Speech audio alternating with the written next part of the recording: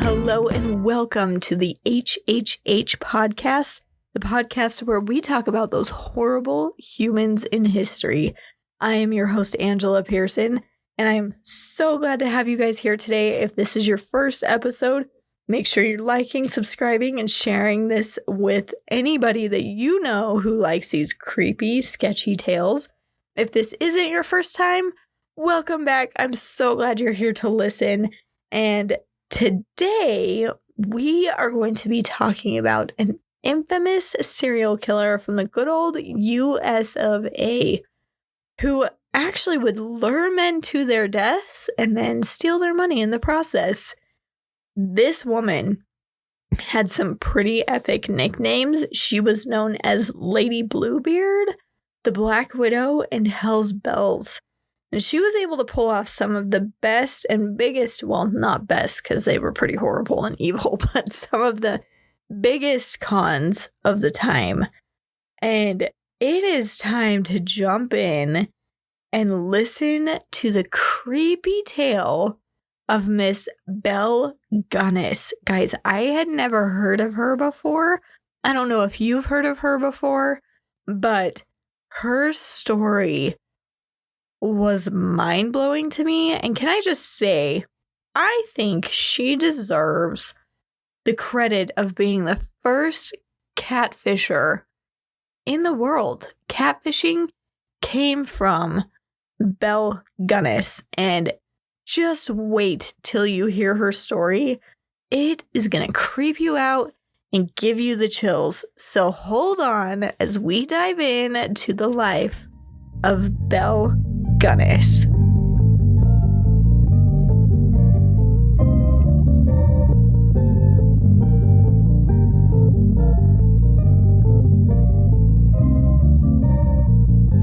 Now, I know I said that this is a good old US of A serial killer, but we have to go back to the beginning of Belle Gunness's life. So Belle Gunness was actually born Brynhild Paulsdottir Sorseth, November 11th, 1859. And she was actually born in Selbu, Norway. So she's actually Norwegian.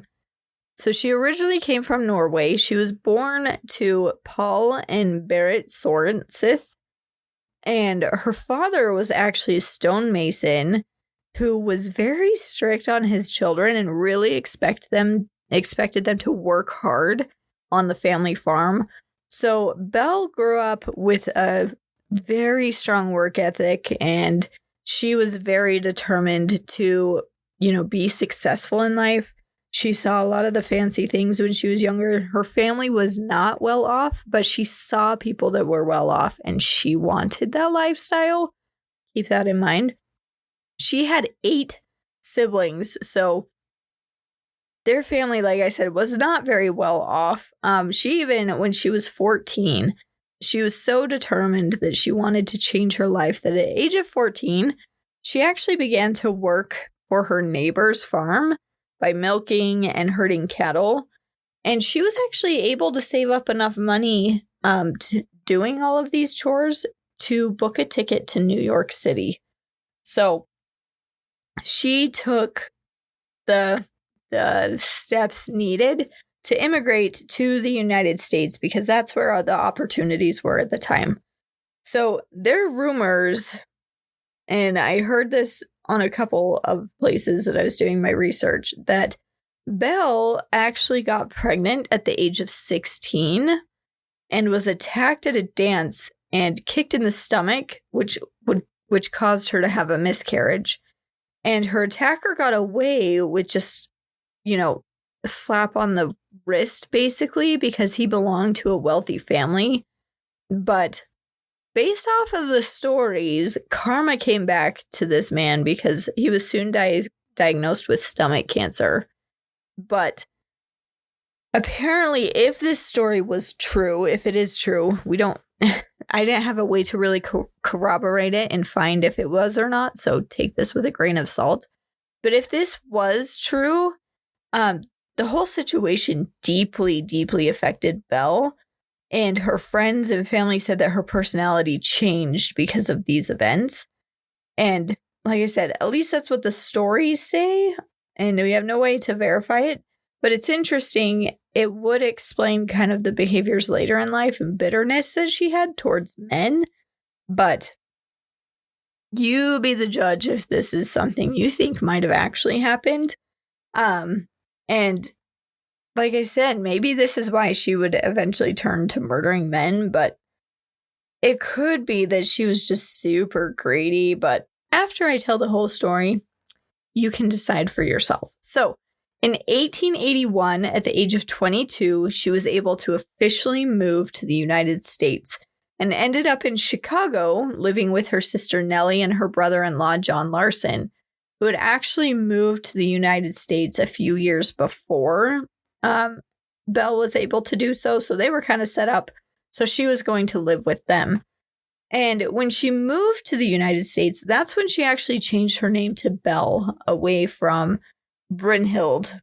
She changed it to Belle. See, I'm telling you, all of these killers change their name.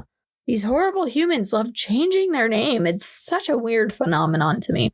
Anyways, that was a side note. If you haven't listened to many of my episodes, you'll notice there's a trend. They all change their name. Now, while living with her sister and brother-in-law, she actually worked as a servant and eventually got a job working at a butcher shop cutting up animals. Yeah, you might want to make note of that one.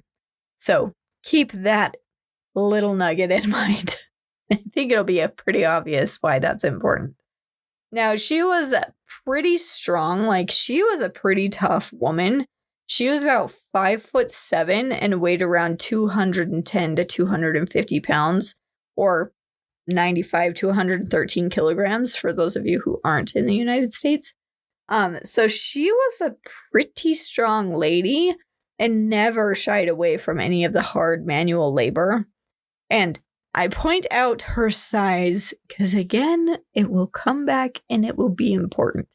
So soon, Belle would actually meet a man named Mads Sorensen. Mads, not mad, like he's crazy. Mads with an S. Mads Sorensen. And the two would actually get married in 1884. They seemed to be very happily married for quite a while and actually had 5 children together.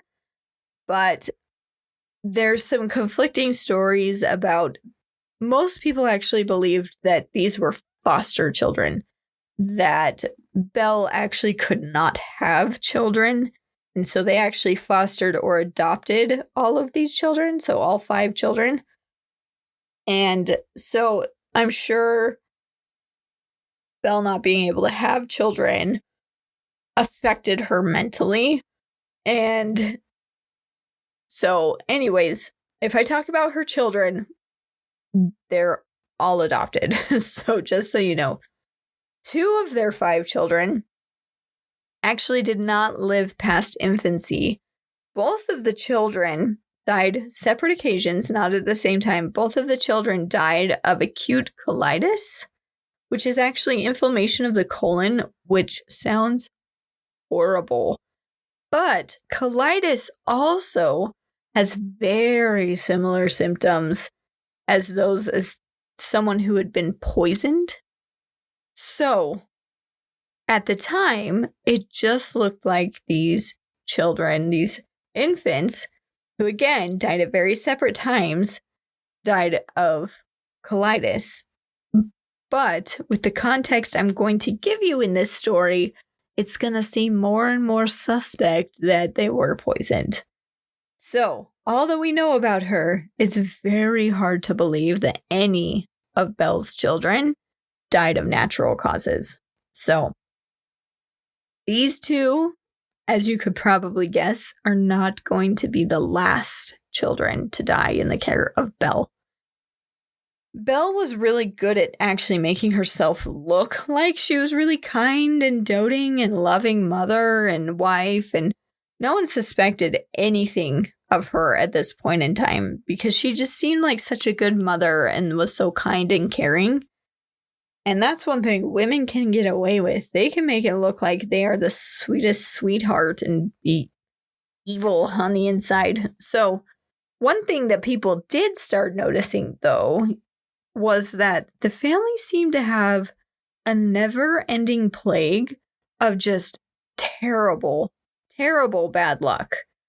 Like, for example, the family experienced, after losing their children, they experienced multiple house fires, and they even lost a candy store that they had opened. So they were trying to earn money and had opened a candy store, and that also burned down. So side note about these fires, and it's really important to know, the first fire was their home.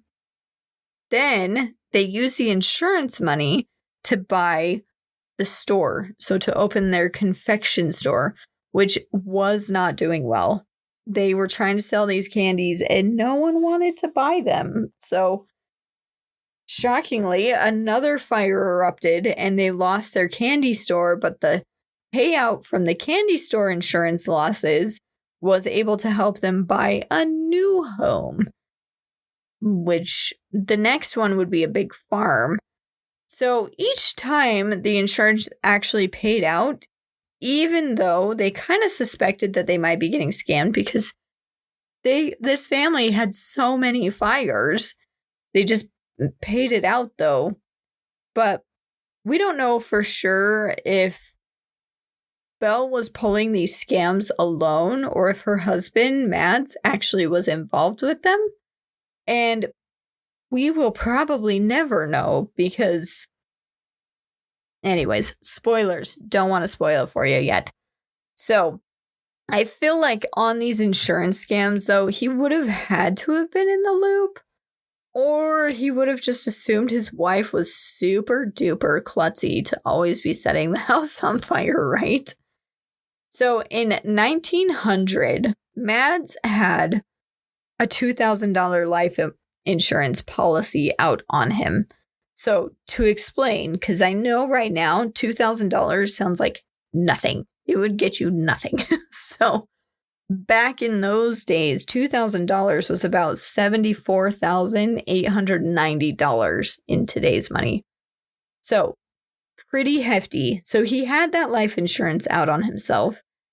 And it was about to expire, and so he needed to take out a new one. Well, with the encouragement of Belle, she encouraged him to get a bigger life insurance policy and a pretty sizable life insurance policy on himself, which was a total of $3,000. Again, I know it doesn't sound like much, but in today's money, that was $112,335. Like $112,335 is a lot. That's a big jump from $74,000. But Belle encouraged him to do that, and he made Belle the beneficiary of the insurance if anything happened to him. And I'm sure you already guessed where this is going. But on July 30th, 1900, Mads' new policy and his old policy happened to overlap on that very specific day. So he was covered by both life insurances on July 30th, 1900. So if anything just happened to happen to him on this day, Belle could get a payout for both of these life insurance policies. Now, how strange, how odd is it that on that very day, Mads would turn fatally ill and die? How strange. Belle claimed that he came home from work with a massive headache, and she gave him some quinine powder, which was some kind of medicine that was supposed to help with headaches. She gave him some quinine powder to help him feel better and sent him to go lie down. and he never got up again. He would die while Belle was making dinner, and she claimed she had nothing to do with it, and he was just feeling ill. None of this seems suspicious to you guys, right? This is all just totally normal that someone would immediately fall ill on the day that two life insurance policies overlapped. I mean, that's totally normal. Happens all the time, right? Right? Now, some people believed at the time that maybe the pharmacist had actually given Belle morphine instead of the quinine, I think is how you say it. But there's actually no way to verify that since she threw away the receipt. She had papers to show what she bought. But, darn, they were gone. There's no way to check on that. Shoot. Well, Mad's family accused her of poisoning her husband since the timing of the death was just a little too convenient, which I don't blame them. I would feel the same way. And there were two doctors that actually evaluated Mad's body to see how he had died. One doctor said he believed that Mads had been poisoned, but the family doctor, who had been seeing the family regularly, said that he had died of natural causes. And since the family doctor had been treating the family for so long, the police believed that doctor instead of the other doctor that was saying, no, this man was definitely murdered. So the police went with that ruling and let it go. So Belle was able to collect on both of the life insurance policies and walked away with her $5,000, which roughly in today's money was $187,226. So she made bank on the death of her husband. So at this point, her neighbors are starting to get a tad bit suspicious. I can't imagine why. All their houses are burning down and they get paid out. Their children die, they get paid out. Her husband dies, they get paid out. I wonder why the neighbors might get suspicious. So in 1901, to escape all these suspicious neighbors, Belle actually decided it was time to move her and her remaining daughters, Myrtle, Jenny, and Lucy, to a farm she had purchased on the outskirts of LaPorte, Indiana, with the money that she had collected from her husband's death. So they all moved to this big farm. And it didn't take long for Belle to decide that, you know what? Kind of lonely. I think I need another man in my life. So very soon after they moved to Indiana, she met a man named Peter Gunness, hence her last name, Gunness. He was a butcher. He himself was actually recently a widower and had a very small child. And the two quickly hit it off. So in 1902, remember, her husband died in 1901. 1902, the two were married. And shockingly, or not shockingly, I guess it depends on if you're paying attention to the story, soon after their marriage, Peter's infant daughter from his first marriage died under mysterious circumstances while under the care of her new stepmother. Suspicious. But apparently no one else in this world thought she was suspicious. It's very strange to me. Well, Mr. Peter Gunness would not have to wait very long to be reunited with his late wife and infant daughter, because a year and a half after his daughter passed away, he himself would be dead. Now, I know what you're thinking. I know you're thinking, oh, she poisoned him. No, because his skull was crushed by something incredibly heavy. So Jenny, Belle's daughter, had walked into the kitchen of their home to find Peter lying on the floor, bleeding everywhere, with Belle standing over him crying. The story of how he died, according to Belle, was A heavy sausage grinder had fallen off of a shelf and landed on his head. And police found that a little strange. It was kind of a strange occurrence, but they didn't really question it and accepted that the story had to be true and ruled his death to be an accident. And I would have loved to see the crime scene, not because I wanted to see the gruesome stuff. I wanted to see where this sausage grinder was, right? Like, if you guys are true crimers like me, like, that crime scene can be very telling. And I'm just imagining her being like, oh, it fell off the shelf and hit him. And it's nowhere near what's happening because it seems very suspicious. And I know what you're thinking. This seems to be like a more violent way of killing someone than any of other Belle's victims so far. But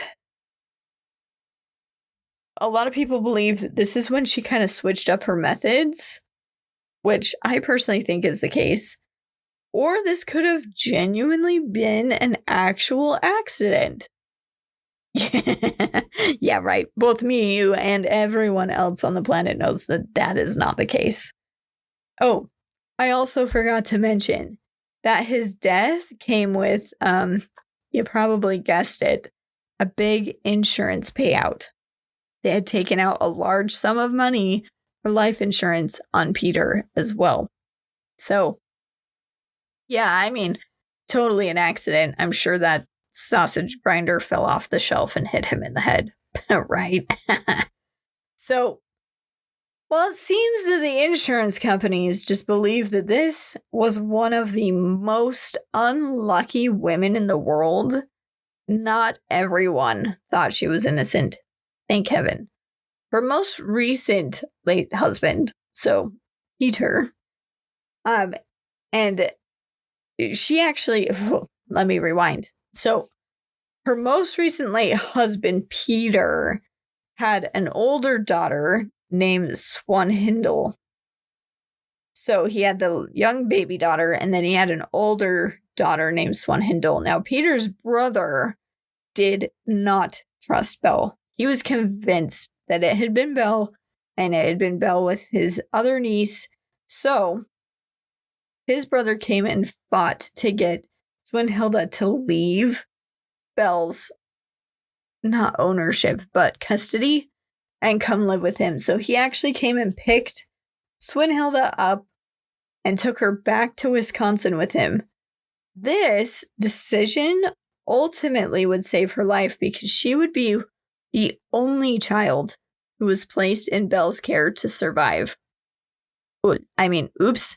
Spoiler. Sorry, I might have just spoiled some of the story for you, but she's the only one who survived.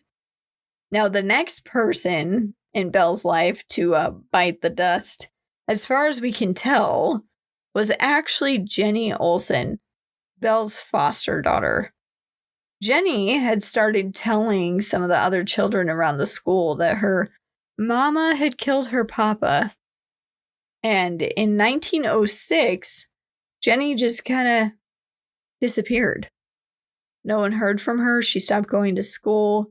And Belle told everyone that Jenny had actually been sent to California to study at a Lutheran college.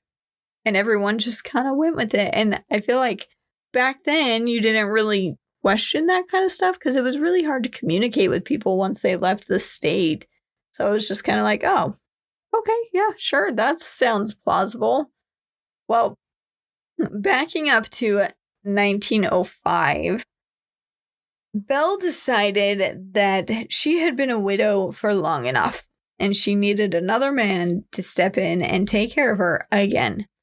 And by take care of her, I mean give her another hefty life insurance payout, right? So she was looking for a middle-aged Norwegian man who wasn't very close to his family and had plenty of money because, he's not close to his family and has lots of money. Hey, she gets all the money and the family won't come questioning. So if he wasn't close to his family, no suspicion would be raised. No one would come looking for him. He could just disappear, and all that money could be hers. There was not a lot of men in the area that fit this description, so she actually started placing personal ads in many different Norwegian language newspaper because she knew that the Norwegian people were very family oriented and that kind of thing. So she wanted a man that would want to create a family with her. So if you want to hear what the ad sounds like, don't worry, I've got you covered.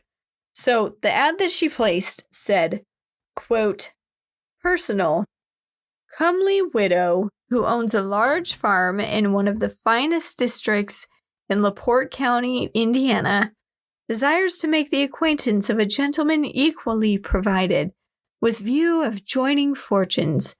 No replies by letter considered unless sender is willing to follow answer with personal visit. Triflers need not apply. Wow.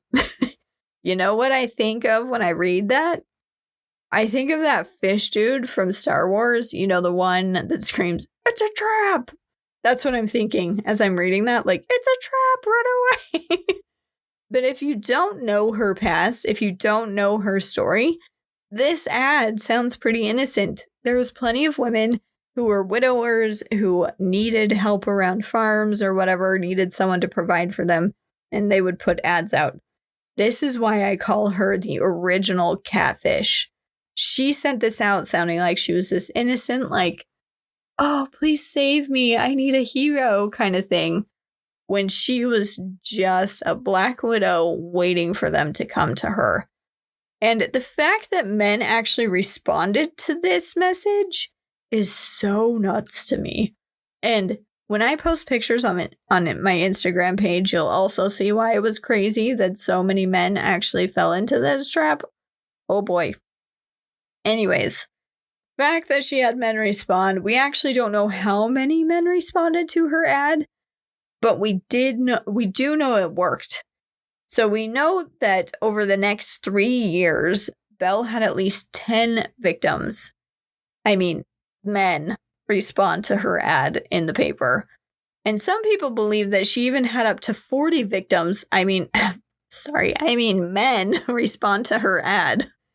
I keep spoiling it. Sorry, guys. But yeah, up to 40 men replied to her ads and were potential victims of what is to come next. There was a man named Henry Gerlholt who was one of these men that actually responded to the ad. And he was a farmhand from Wisconsin. He answered Belle's ad and even came to visit her family in LaPorte, Indiana. He liked what he was seeing. He thought it was going to be a good fit. So he actually wrote his family to let them know that he would be staying in Indiana, and specifically that he was really happy and he was all well, and he wanted them to send some sweet potatoes. I mean, I think that's a pretty reasonable request. I'm going to marry this random woman that I just met. My only request is, can you send me some sweet potatoes? And I think that's fair. I would like some sweet potatoes, if only to make some sweet potato fries. So, Henry, good request. So his family, after this letter, never heard from him again. And when no responses were coming to their letters, his family finally wrote Belle and told them that she had said that he had actually gone off with horse traders to Chicago and she didn't know where he was anymore. And the family thought that sounded a little off and wasn't like him, but they didn't really question it. Because again, this was a weird time when it was really hard to track people down if you didn't know where they went. So one of her next victims who fell trapped to this deception was a man named John Moe. He was a man from Minnesota who went missing after visiting Belle's farm in 1906. And there is a story, I don't know if this is a true story or not. I don't remember the man's name, but there was a man who fell for the ad, came to see Belle, and things went well. They went to dinner. The dinner went really well.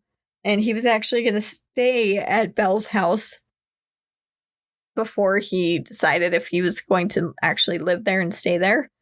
And the night had gone really well. He really, really liked her. And so they went home. They were in bed. He was in his room. She was in hers. And in the middle of the night, this man was like startled awake and looked over, and Belle was standing there looking at him. And he said that the face was no longer her face. It just looked evil and twisted. And it scared him so bad that he immediately packed up his stuff and ran away and left and never came back. And people are saying that he is the only survivor of Belle, but I tried to look up this story to verify it because I heard it on a couple different things that I listened to, but I couldn't find anywhere to verify that that was a true story. So it's a side note story. Could be true, could not be true.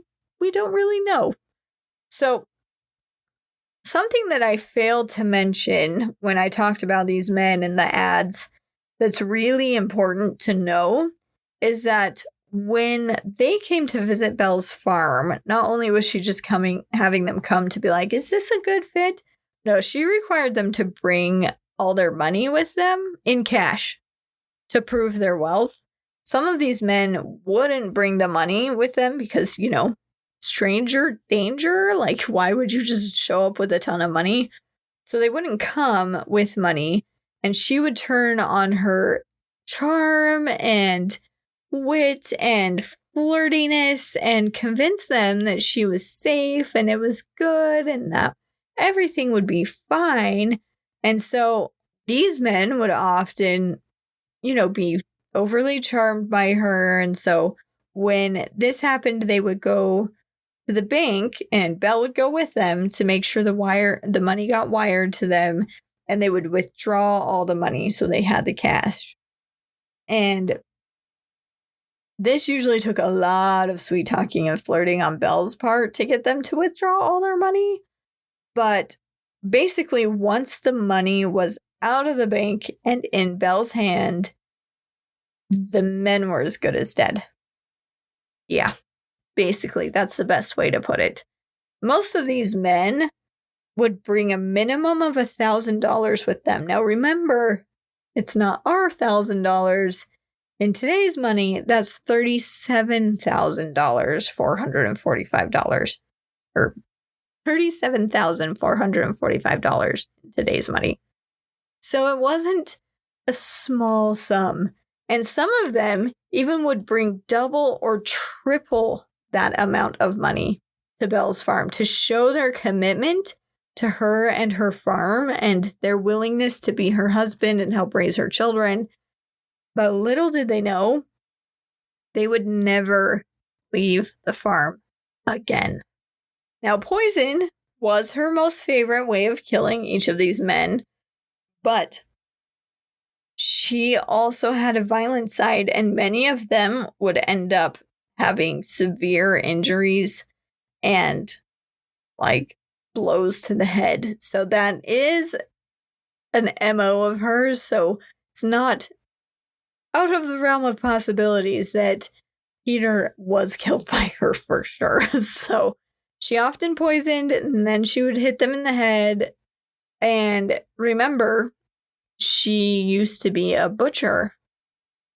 So what would she do? You guessed it. She would chop up the bodies and put a torso in one bag, and then she would put everything else in another and then bury them around the farm. That's how she hid the bodies. And by 1907, she had quite a bit of money saved up. So she actually began to slow down her ads in the newspaper, advertising that she needed a man. And she actually did hire a man named Ray Lamphere, who was a local carpenter, to help her run the farm. Now, the two of them actually eventually became lovers, and that actually happened pretty quickly. Although there seemed to be some kind of miscommunication about how serious their relationship was. Ray truly believed that him and Belle were destined to get married and that's where everything was headed. Belle, which I don't think Ray knew this at the time, and that he was kind of dodging a bullet, she did not want him because she didn't want anything serious with him. And he was just basically there to warm her bed kind of thing. But he didn't have any money. So Belle didn't want to waste her time on a man with no money. It was just kind of nice to have someone to, giggity with for a while. So after a year or so, Belle had enough of their relationship and she kicked Ray off the farm and soon resumed all of her personal ads in the paper to draw in more men. Now, Ray did not take this very well, and supposedly, he started making threats to Belle. This is according to Belle, okay? No one else. According to Belle, he started making threats, and he started to harass her and come onto her property. And this is what she told the sheriff. So she went so far to have Ray arrested for trespassing on her property. Now, here's a quick question for you, dear listener. Do you think that Ray was a genuine threat? Or do you think this was a clever alibi that Belle was creating for her next scheme? Just ponder upon that as we talk about the rest of this story. Because I feel like Belle is a pretty smart lady and Ray is a poor sucker in love kind of thing. So keep that in mind. Think about it while we talk about the rest of this, because I think Belle and her relationship with Ray was always a way to create a fall guy out of Ray without him knowing it. So she would eventually need a way to cover her tracks, and she found that in Ray, because she knew what she was doing. So she wanted to find an out, and he was the perfect way to do it. At least that's my opinion. Let's hear the rest of the story, and I want to hear your opinion in the comments. So, in early 1908, Belle had met a new man named Andrew Hegley. I'm going to butcher his last name. Helgelian. We're going to say that. He was a big, burly man who was a wheat farmer from South Dakota. And she would tell anybody that she talked to that he was the one she was looking for. She was madly, deeply crazy in love. And the two of them had written dozens of letters together before Belle could even convince him to come to her farm to visit. Once he arrived to the farm, once she finally convinced him to come, she turned on all of her charms and all of her lady powers and convinced him that she was also the one. And it didn't take long before he began to withdraw money from the bank for the two of them to start their new life together. And you know what will be such a shock to everyone? He would suddenly disappear. Belle would pretend that she was super heartbroken and just this jilted lover because she kept being rejected and abandoned by all of these men, and he was the man of her dreams. Unfortunately for Belle, though, Andrew had a brother named Alslar who was way more persistent than any other family members of the other victims had been. Aslar actually didn't even know where his brother had gone, but happened to stumble upon these multiple letters between Belle and his brother, Andrew, and he began to read them, and some of them were like so sappy sweet. I was going to write down a couple of these letters for you so you could hear, but I'll just sum them up for you. So one of them was just so sickly, like, "You are the man of my dreams, like, I cannot wait to hold you in my arms," and blah, blah, blah. And then the next letter was like, don't tell anyone you're coming here. Don't let anyone know what you're doing. Just cut all ties, bring all your money. We're going to start afresh and don't ever plan on leaving. Like, literally, that's how it ended. You will never leave, basically, is what she told him. Super creepy. Super, super creepy. So once Asler had found these letters from Belle to Andrew, he finally figured out where he had gone. And so he noticed a ton of these red flags, as you know, family will do for you in relationships. He noticed huge, huge, huge red flags in these letters. And he saw that she had been encouraging his brother to sell everything and bring his money without telling anyone so they could start a life together. And to Asler, this was incredibly suspicious and really, really sketchy, and immediately believed that his brother was in danger and was getting conned. So, weirdly, none of the other families had seen these red flags, but thank heaven for Asler. So he actually wrote to Belle to inquire about his brother's whereabouts, and she responded with her typical, like, oh, he went up to Chicago with horse trader, blah, blah, blah, response. Asler didn't buy it. He wasn't like the other families that were like, well, I guess we'll just never hear from them again. He was like, nah, that's not my brother. There's something wrong in this situation. So he packed up his bags and headed to Indiana to find where his brother was. And I don't know if Belle knew that he was coming. I have a suspicion that she didn't know, but she was feeling the pressure because he was so suspicious. But I think she realized things were starting to get a little risky for her. So on April 27th, 1908, she went to a lawyer and created a will and made sure that she said that she was afraid for her life because of Ray, and really laid it on thick that Ray was a threat and had threatened to kill her and burn down her house. You know, sound familiar? Burning down the house. Anyway, she made this big scene with the lawyer, feeling like something is going to happen to me. So she took out a will because she was so afraid of Ray. Again, I think she was creating an alibi, but you decide for yourself. I want to know what you think.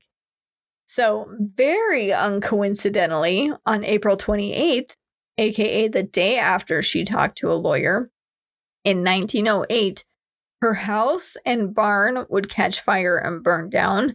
The entire farm burnt to the ground. And in the barn, they found Belle's 3 children and supposedly Belle Gunness. Now, the strange thing about this situation is that Belle's body was missing her head. And we'll come back to that in a minute. Another strange thing is Belle's body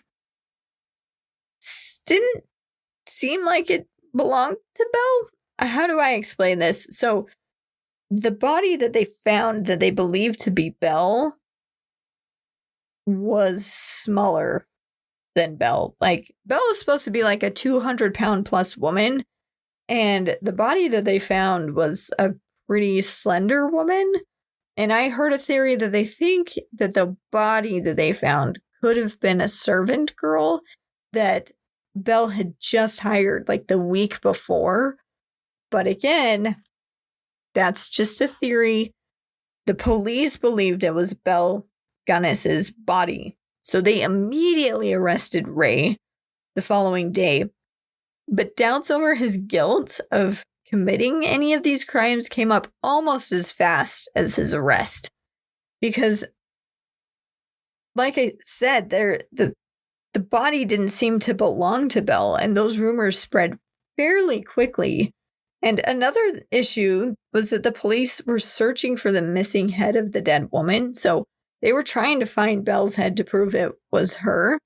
And while they were searching, they started finding some very odd things. They started finding men's clothing, men's watches, and trunks of men's clothing. Anything that you would see a man traveling with at the time. But it looked like whoever was traveling with it had just left it and never returned for it. But there weren't any men that technically lived on the farm at the time because remember, she kicked Ray out. So the police were a little weirded out by that and kind of starting to get suspicious that not everything was as it seemed. So a day or so after the fire, Asler finally arrived to the farm. So he had been traveling this whole time. He didn't know that Belle was supposedly gone and all of her kids were gone. So the police gave him permission to look around the farm to see if there was any indication that his brother had been there, because he kind of explained to them the situation and how he was a little suspicious of Belle and what was happening on this farm. So they actually gave him permission to kind of look around and see if he saw any indication of his brother. While Asler was looking, the police noticed, because remember, they're looking for the head of the victim. They noticed a fresh pile of dirt in the pig pen. So they decided that must be where the head is buried. So they started digging it up. Well, they for sure found something, but it was not what they were looking for. Inside the gunny sack, they found the limbs and head, which Asler immediately recognized as his brother. So they found his brother's remains, and the police immediately started searching the rest of the property because, they had found all those men's clothing. So now they were definitely suspicious now that they found another body. So as they searched the grounds of the farm, the police actually would stumble upon the remains of Jenny Olsen. Remember, Jenny Olsen was Belle's daughter that never actually went to California to study. It had been a lie the entire time. Color me surprised. Now, the police were trying to decide if Belle had acted alone or if Ray had helped her in her murders. But because they found Jenny's remains, they actually knew that Ray probably had nothing to do with it because Jenny had died before Ray was ever hired on the farm. So she had disappeared way before he had ever been hired on the farm.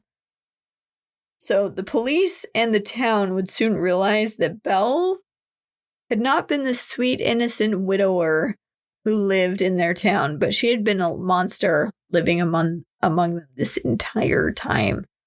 The next day, the police found 6 more bodies, all cut apart in the same way as the others. A few had lime scattered on them. If you're a true crime buff, you know what lime does. It kind of helps get rid of the body faster. And many of the bodies had traces of strychnine, while other bodies had signs of gashes and blunt force trauma to the head. So like I said, she had a violent streak. She didn't just poison people, which I guess is a nice way of killing people. No, she would smash their heads in too. So it looked like Belle wasn't always the passive murderer. It looks like she didn't mind getting her hands dirty at times. So once the police had reached a total of 11 bodies, they stopped keeping track of how many victims they had found. The police had tried to keep these murders on the down low and keep it quiet, but the public somehow found out about Belle's farm, and her farm basically turned into a circus. Literally, people would come and search her farm for souvenirs. They would bring their family to have a picnic while just a couple feet away, they were on digging another body. They would take pictures of the bodies that had been found. There were even people selling snacks and food. One of the vendors called their food Gunness stew. Yeah. Gross. Disgusting. What is wrong with these people?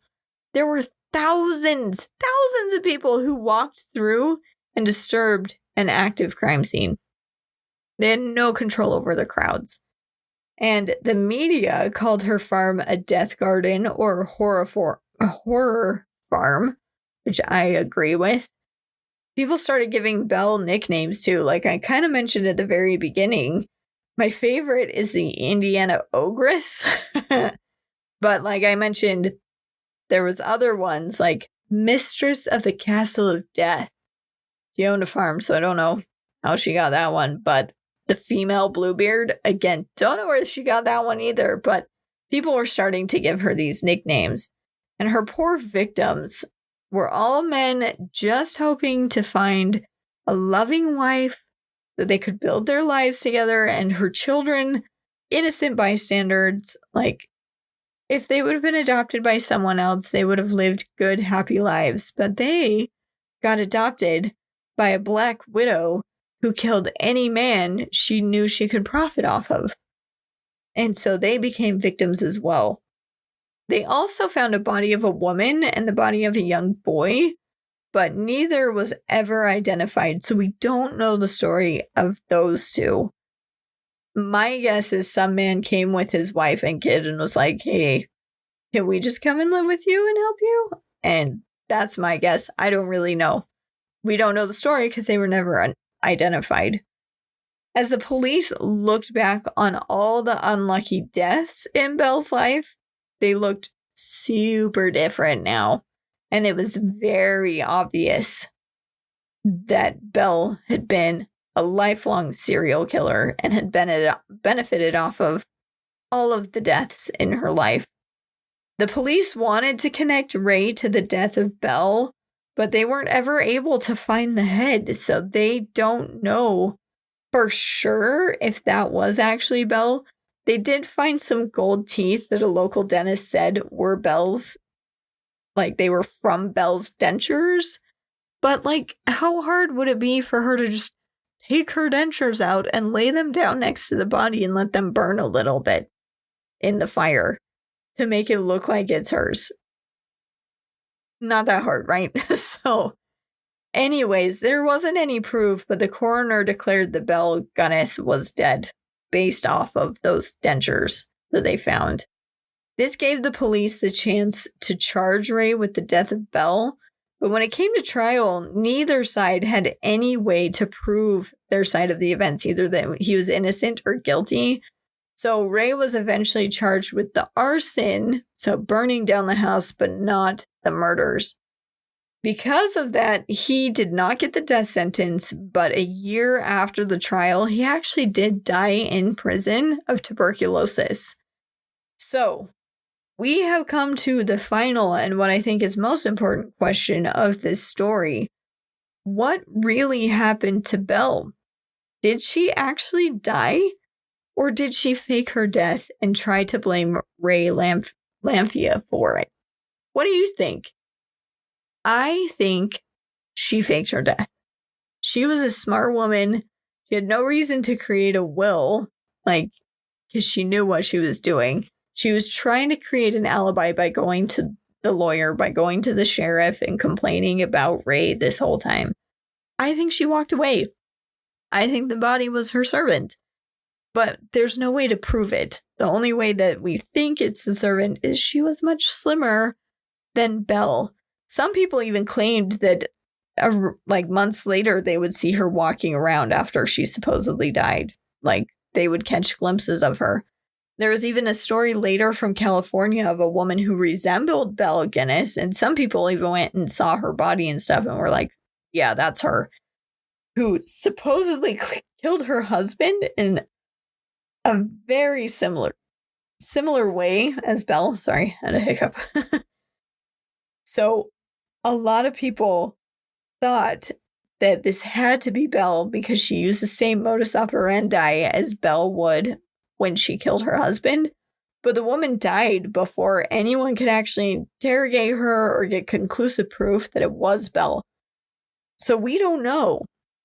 A lot of people don't think it was her, but you tell me, do you think Belle survived this and took the money and ran? I think she did, but you tell me what you think.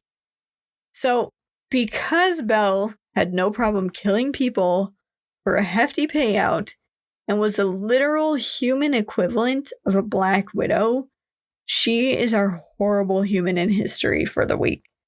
Now, if you like today's story, be sure you are liking and subscribing and share this podcast with anyone else that you know who likes tales of murder and evil, but told in a really fun, nice way, right? So join us next week as we cover another listener request. So shout out to Holly for this one. Next week, we are going to be covering everyone's favorite English king. Okay, well, maybe not everyone's favorite king. Probably not the 8 wives' favorite king, I guess. So we're going to be talking about Henry VIII, if you couldn't guess.